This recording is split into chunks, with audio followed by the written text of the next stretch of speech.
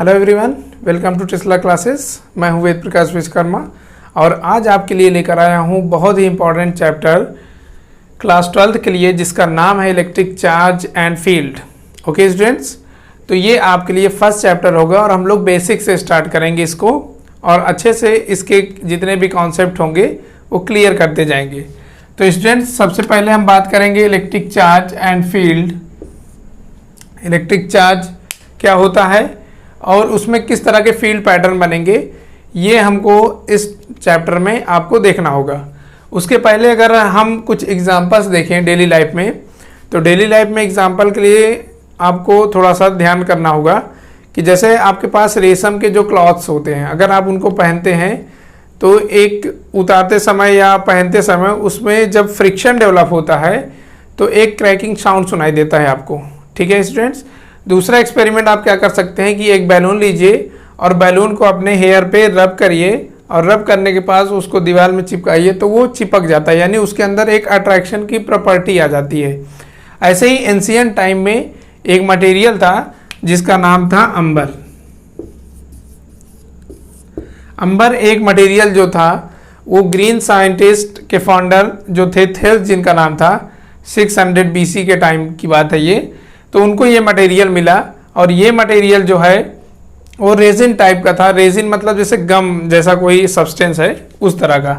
तो ये अंबर का जो मटेरियल था, इस अंबर के मटेरियल में जब आप उलन क्लॉथ से रब करते थे तो क्या होता था, इसमें उलन क्लॉथ से जब रब करते थे तो इसमें अट्रैक्शन की प्रॉपर्टी आती थी। ओके स्टूडेंट्स, तो अट्रैक्शन की जब प्रॉपर्टी आती थी यानी ये छोटे छोटे पार्टिकल्स को क्या करता था, पेपर वगैरह है या छोटे पार्टिकल्स, उनको क्या करता था, ये अट्रैक्ट करता था। इसका मतलब इसके अंदर कुछ ना कुछ होता था, उसी को हम लोग बोलते थे कि ये चार्ज है।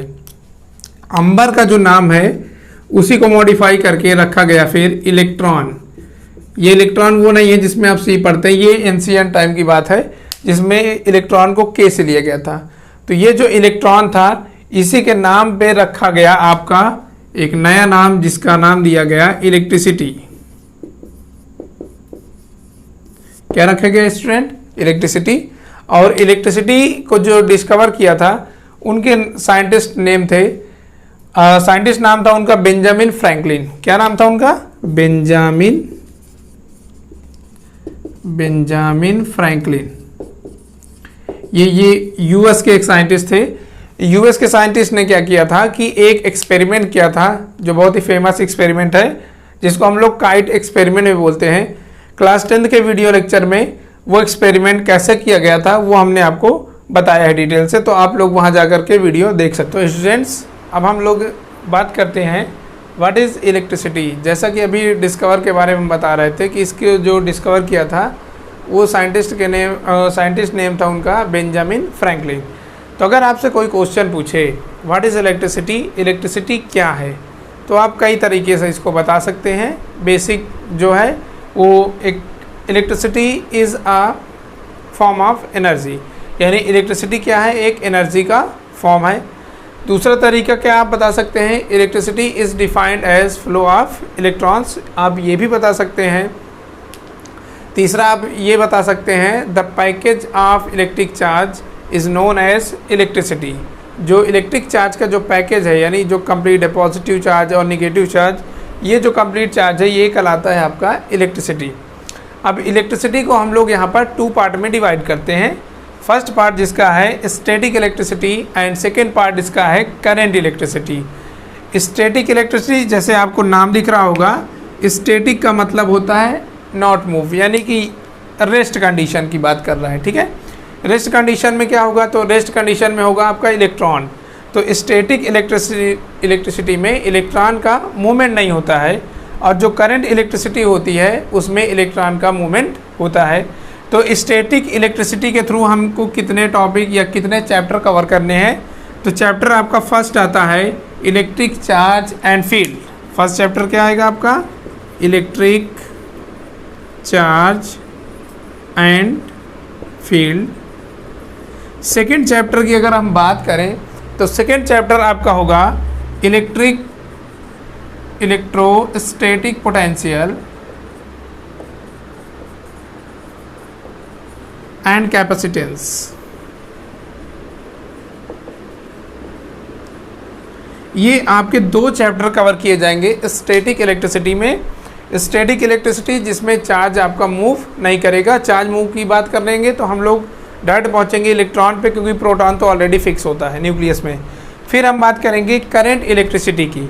तो करंट इलेक्ट्रिसिटी क्या होता है, जिसमें इलेक्ट्रॉन क्या करते हैं, वो मूव करते हैं, यानी the rate of flow of electron, ये कहलाता है आपका करंट इलेक्ट्रिसिटी। इसमें जो टॉपिक देखेंगे वो कौन कौन से हैं। टॉपिक नंबर 1 आपका करंट आएगा। फिर सेकंड पे हम लोग पढ़ेंगे रेजिस्टेंस, जिसमें ओम्स लॉ, व्हीटस्टोन ब्रिज, ये सारे पोटेंशियोमीटर, ये सारे टॉपिक क्लियर किए जाएंगे। थर्ड आपका आता है magnetic effect of electric current, magnetic effect of electric current. Fourth number पे आता है आपका इलेक्ट्रोमैग्नेटिक इंडक्शन, इलेक्ट्रोमैग्नेटिक इंडक्शन। और लास्ट में आता है आपका एसी, जिसका नाम होता है अल्टरनेटिंग करंट। ओके स्टूडेंट्स, तो इलेक्ट्रिसिटी 2 पार्ट में डिवाइड है, आपका static electricity and current electricity. Static electricity में जो हमको टॉपिक कवर करने हैं वो हैं इलेक्ट्रिक चार्ज एंड फील्ड, और सेकंड है आपका इलेक्ट्रोस्टैटिक पोटेंशियल एंड कैपेसिटेंस। इसके बाद हम लोग आएंगे करंट इलेक्ट्रिसिटी, यानी जिसमें इलेक्ट्रॉन मूव करें। ये आता है current, resistance, magnetic effect of electric current, electromagnetic induction and alternating current. तो इतने टॉपिक को हम लोग कवर करेंगे इलेक्ट्रिसिटी चैप्टर में। तो अब हम लोग बात करते हैं डिफिनीशन की, कि इलेक्ट्रिक चार्ज की डिफिनीशन क्या होती है। स्टूडेंट्स, हम लोग स्टार्ट करते हैं डिफिनीशन इलेक्ट्रिक चार्ज की। फर्स्टली इलेक्ट्रिक चार्ज को रिप्रेजेंट जो किया जाता है वो क्यू से किया जाता है। कौन से अल्फ़ाबेट से किया जाता है, क्यू से किया जाता है। तो यहाँ पर आपको ये क्लियर हो गया होगा कि electric charge is represented by Q. Electric charge को हम लोग क्यू से रिप्रेजेंट करते हैं। ओके स्टूडेंट्स, नेक्स्ट है आपका definition. Electric charge is a physical property. Electric charge कैसी प्रॉपर्टी है, फिजिकल प्रॉपर्टी है ऑफ मैटर, यानी किसी भी मैटर की इलेक्ट्रिक चार्ज जो होती है वो फिजिकल प्रॉपर्टी है। That causes it to be experience a force when placed in electromagnetic field, यानी अगर इसको किसी इलेक्ट्रोमैग्नेटिक फील्ड में प्लेस्ड करते हैं तो यहाँ पर एक फोर्स एक्सपीरियंस करता है ये। ओके स्टूडेंट्स, तो ये आपकी थी डिफिनीशन इलेक्ट्रिक चार्ज की। Electric charge is a physical property of matter that causes it to be experience a force when placed in electromagnetic field. It's represented by Q। ये basic था आपका, basic से start करेंगे। इसके बाद हम लोग देखेंगे इसकी क्वांटिटी के बारे में। क्वांटिटी 2 तरह की होती है, एक स्केलर क्वांटिटी होता है और एक होता है वेक्टर क्वांटिटी। तो किस तरह की क्वांटिटी में लेके आएंगे इसको, ये देखते हैं। तो इलेक्ट्रिक चार्ज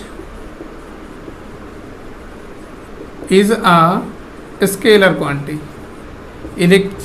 इलेक्ट्रिक चार्ज कैसी क्वांटिटी है, इलेक्ट्रिक चार्ज आपकी स्केलर क्वांटिटी है। और इसको स्केलर का मतलब ये होता है कि स्केलर क्वांटिटी में सिर्फ और सिर्फ मैग्नीट्यूड होता है, इसमें डायरेक्शन कहीं पर भी नहीं होती है। क्योंकि इलेक्ट्रॉन का मूवमेंट किसी भी वायर में होगा तो वायर की एक स्पेसिफाइड यानी फिक्स डायरेक्शन तो बनेगी नहीं। तो जब इस फिक्स डायरेक्शन उसकी वायर की नहीं होगी तो जो इलेक्ट्रॉन फ्लो करेंगे वो एक फिक्स डायरेक्शन में कभी भी फ्लो नहीं करेंगे। इसलिए इलेक्ट्रिक चार्ज आपका वो है स्केलर क्वांटिटी। इतनी बातें अगर आपको क्लियर हो गई हो तो नेक्स्ट हम लोग चलते हैं। इतनी बातें समझ लेना, अगर इसको नोट करना हो तो आप लोग नोट कर लीजिएगा। ओके स्टूडेंट्स, अब हम लोग इसके एक्सप्लेनेशन को देखते हैं। सपोज दैट आपके पास कंडक्टर है, एक कंडक्टर मतलब जिसमें इलेक्ट्रिसिटी ईजिली पास हो जाए। तो कंडक्टर वायर आप मार्केट से लेके आते हैं। सपोज दैट हमने कॉपर की एक वायर लेके आए हैं, कॉपर की एक हो गई आपके पास वायर। जो कॉपर का आपके जो वायर है उसकी लेंथ हम ले लेते हैं सपोज दैट L,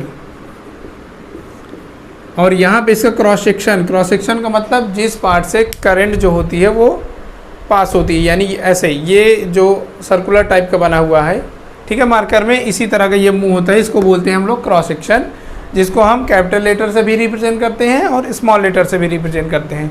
तो सपोज दैट हमने कॉपर की एक स्ट्रिप वायर लेके आए अब इसमें कॉपर का जो एटॉमिक नंबर होता है वो होता है आपका 29। कॉपर का एटॉमिक नंबर 29 हुआ और यहाँ पे इसमें कई सारे मॉलिक्यूल्स नियरली अटैच्ड होंगे क्योंकि ये एक सॉलिड है। ऐसे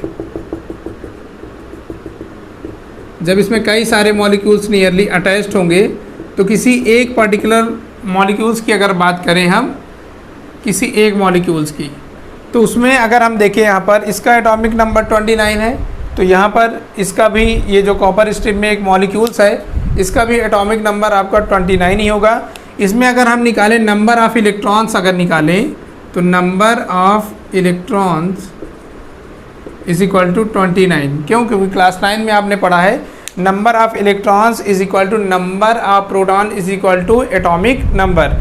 जितना एटॉमिक नंबर होता है उतने ही नंबर ऑफ़ इलेक्ट्रॉन होते हैं और उतने ही नंबर ऑफ़ प्रोटॉन होते हैं। तो नंबर ऑफ़ प्रोटॉन्स आप निकालते हैं इसमें से तो निकलेगा आपका 29 और एटॉमिक नंबर आपका 29 पहले से हाई है। तो इस एक मॉलिक्यूल्स में कितने इलेक्ट्रॉन्स हुए? 29 इलेक्ट्रॉन्स हुए और यहाँ पे प्रोटॉन्स कितने हुए? 29 हुए। तो एटॉमिक स्ट्रक्चर अगर देखें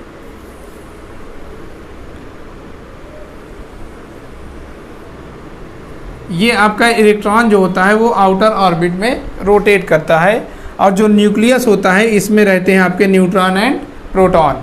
तो न्यूट्रॉन बेसिकली न्यूट्रललेस होता है, यानी कि इसमें कोई भी चार्ज नहीं होता है, और प्रोटॉन कैसा चार्ज कैरी करता है? पॉजिटिव चार्ज कैरी करता है, और इलेक्ट्रॉन जो होता है वो निगेटिव चार्ज कैरी करता है। तो इलेक्ट्रॉन्स भी इस पर 29 होगा और नंबर ऑफ प्रोटॉन्स भी 29 होगा। ये दोनों एक दूसरे को इसी तरह बैलेंस करेंगे, ये इस पर आके गिरता नहीं है। ओके स्टूडेंट्स, तो नंबर ऑफ प्रोटॉन्स की अगर बात करें तो न्यूक्लियस में ये जा कर के स्टेबल हो जाएगा। अब ये नंबर ऑफ़ इलेक्ट्रॉन जो होंगे उनका इलेक्ट्रॉनिक कन्फिग्रेशन करेंगे तो कुछ इसमें फ्री इलेक्ट्रॉन्स मिलेंगे। तो जो फ्री इलेक्ट्रॉन्स होगा वही एक प्लेस से दूसरे प्लेस पे मूवमेंट करेगा। तो आपको जब मूवमेंट करेगा यहाँ से एक प्लेस से दूसरे प्लेस पर, तो यहाँ पर आपको देखना है कि हम लोग जो मूवमेंट कराते हैं तो इसमें अगर एक मॉलिक्यूल्स हुआ तो उसको लिखेंगे n is equal to 1, 2 molecules हुए तो लिखेंगे 2, 3 हुआ तो मॉलिक्यूल्स लिखेंगे 3। चूँकि चार्ज पॉजिटिव भी होते हैं और निगेटिव भी होते हैं तो यहाँ पर ये पॉजिटिव में भी हो सकता है और निगेटिव में भी हो सकता है। ऐसे ही अगर n नंबर ऑफ़ इलेक्ट्रॉन्स हों, कितने नंबर ऑफ़ इलेक्ट्रॉन्स हों? n नंबर ऑफ़ इलेक्ट्रॉन्स हों। अगर यहाँ पे n की वैल्यू 1 है तो 1e होगा, n की वैल्यू 2 है तो 2e होगा, n की वैल्यू 3 है तो 3e होगा। इसी तरह अगर यहाँ पर ये जो नंबर्स हैं उनको n ले लिया जाए तो ne हो जाएगा इसका फार्मूला। तो q इज़ इक्वल टू आपका फार्मूला बनता है n into e. q is equal to क्या फार्मूला बनता है आपका? n into e. q क्या है आपका? इलेक्ट्रिक चार्ज है, n क्या है? नंबर है, और e क्या है आपके? इलेक्ट्रॉन है। इलेक्ट्रॉन इसलिए प्रीफर करेंगे क्योंकि मूवमेंट सिर्फ और सिर्फ इलेक्ट्रॉन का होगा, वही एक जगह से दूसरे जगह पे ट्रांसफ़र होंगे। तो Q is equal to n into ये जो फार्मूला आया है, इस फार्मूले को हम लोग बोलते हैं क्वांटम प्रिंसिपल। क्या बोलते हैं इसको? Quantum principle. मॉडर्न इलेक्ट्रिसिटी में क्वार्क सिस्टम भी आया है। क्वार्क सिस्टम में क्या है कि ये जो n है वो आप रेशियो में भी ले सकते हैं, लेकिन ये जो n यहाँ पे आपने लिखा है इसको आपको इंटीजर में लेना है। या तो इंटीजर पॉजिटिव होगा या तो इंटीजर निगेटिव होगा, यानी n इज़ इक्वल टू आप ले सकते हैं +1, +2, +3 या -1, -2, -3। तो ये प्रिंसिपल आपका कहलाता है क्वांटम प्रिंसिपल। तो यहाँ से एक फार्मूला बना आपका Q is equal to n into e, जिसको आपको लर्न करना है। ये बेसिक फार्मूला है इलेक्ट्रिक चार्ज का। और इसकी अगर डिफिनीशन की हम बात करें तो यहाँ से डिफिनीशन आप बना सकते हो फार्मूले से, the number of electron is known as electric charge. ये भी डिफिनीशन आप दे सकते हैं। और इट्स रिप्रेजेंटेड बाय Q, ये तो पहले ही आप लोगों ने पढ़ रखा है। स्टूडेंट्स, ये अगर न्यूक्लियस था तो इसमें अगर रेडियस की बात करें तो ये होता है आपका 10⁻⁻15 मीटर और ये होता है आपका 10⁻⁻10 मीटर का। तो हम लोग अब सीखेंगे कि how many number of electrons in 1 coulomb of charge, यानी न्यूमेरिकल्स कुछ देखेंगे। इस फार्मूले पे बेसिस कुछ न्यूमेरिकल्स देखते हैं स्टूडेंट्स। तो स्टूडेंट्स एक न्यूमेरिकल्स करते हैं उस फार्मूले पे बेसिस पर। फार्मूले क्या है आपका? Q is equal to n into e, where Q is equal to electric charge, n number और E फॉर इलेक्ट्रॉन। क्वेश्चन है आपका how many electrons are there in 1 coulomb of charge. Question फिर से रिपीट करिए, how many electrons are there in 1 coulomb of charge. कितने electrons होंगे 1 coulomb of charge में। तो आपसे क्या फाइंड आउट करा रहा है, कितने कूलम, यानी नंबर आपको फाइंड आउट करा रहा है। तो n आपका क्वेश्चन मार्क बनेगा और चार्जेस की वैल्यू 1 कूलम है, तो यहाँ पर हो जाएगी Q is equal to 1 C। अभी हमने यूनिट आपको नहीं बताया है, बस जस्ट नेक्स्ट टॉपिक वही होगा आपका। Q इज इक्वल टू आया आपका 1 C। यहाँ पर n की वैल्यू आपको फाइंड आउट करनी है। जो इलेक्ट्रॉन पे जो चार्ज होता है क्लास 10th में आपने पढ़ा होगा -1.6 इंटू 10 ऑफ द पावर -19। यहाँ पे ये निगेटिव वैल्यू आपको हटा देना है, क्योंकि न्यूमेरिकल सॉल्व करते समय आपको इलेक्ट्रॉन पे माइनस नहीं लेना है। तो यहाँ पर फार्मूला हुआ Q is equal to n into e. n find out करना है, n is equal to Q upon e. Q की वैल्यू हो गई 1.6 इंटू 10 ऑफ द पावर -19। ये पॉइंट हटाएंगे, 0 लेके आएंगे, -19 आपका न्यूमरेटर पे आएगा, तो 19 10/16।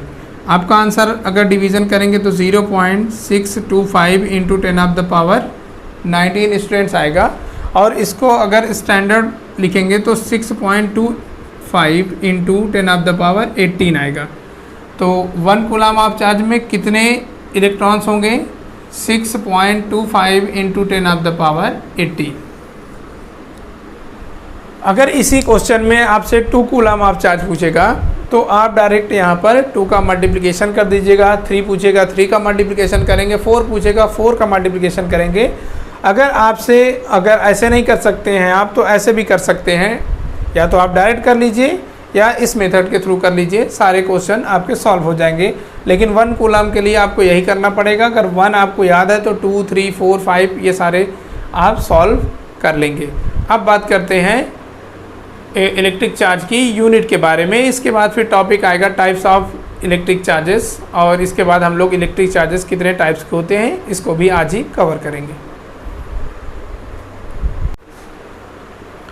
स्टूडेंट्स, अब हम लोग बात करेंगे इलेक्ट्रिक चार्ज की यूनिट के बारे में। तो इलेक्ट्रिक चार्ज की यूनिट के बारे में बात करने से पहले साइंटिस्ट का नाम बताते हैं। एक साइंटिस्ट थे, उनका नाम था चार्ल्स एंगस्टीन डी कूलम, ये पूरा नाम था उनका।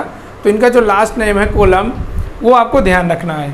तो इन्होंने कई सारे लॉ दिए हैं इलेक्ट्रिक चार्ज में। F is equal to K Q1 Q2 upon R², ये आपको कूलम्स लॉ में पढ़ाया जाएगा आगे। तो इनका जो नाम था उसी में यूनिट का नाम रख दिया गया कूलम। क्या रख दिया गया, कूलम। तो the SI unit of electric charge is coulomb. अब द SI यूनिट, SI का मतलब क्या होगा आपका, SI का मतलब होता है इंटरनेशनल सिस्टम ऑफ यूनिट। ठीक है, तो ये आपको ध्यान रखना पड़ेगा, ये हर जगह आपको आएगा, अभी मिलेगा आपको हर जगह यूनिट बताने के लिए। हर जगह आपको SI यूनिट पहले बतानी होगी। अदर यूनिट की अगर हम बात करें, अदर यूनिट की हम बात करें अगर, तो वो होता है आपका एम्पियर आवर, या आप कह सकते हैं एम्पियर सेकेंड। ठीक है स्टूडेंट्स, एम्पियर आवर यानी जो सेकेंड है इसको आवर में कन्वर्ट कर लिया या आवर को कन्वर्ट किया गया है सेकेंड में। तो ये अदर यूनिट में आता है एम्पियर आवर, यानी कि एक घंटे में कितना इलेक्ट्रिक करंट फ्लो हो रहा है, या 1 सेकेंड में कितने इलेक्ट्रिक करंट फ्लो हो रहे हैं। ठीक है, अदर यूनिट की अगर बात करें तो एक यूनिट और आती है जिसका नाम है फराडे। ये माइकल फराडे के नाम पर पड़ा है, फराडे। माइकल फराडे ने जनरेटर मोटर का इन्वेंशन किया था, तो उन्हीं के नाम पर जो है ये फराडे नाम पड़ा हुआ है। तो यहाँ पर SI यूनिट आपको याद रखनी कूलम, इसको रिप्रेजेंट आप करेंगे C अल्फ़ाबेट से। किससे करेंगे, C से। तो कहीं पे आपको 4C अगर लिखा मिले तो आप समझ जाएंगे कि ये इलेक्ट्रिक चार्ज है आपका, यानी 4 कूलम ऑफ चार्ज।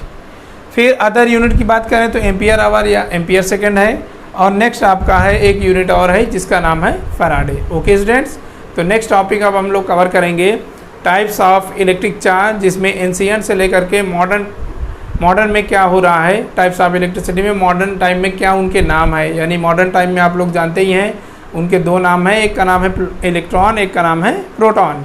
एक पॉजिटिव है तो दूसरा क्या है, निगेटिव है। Okay students.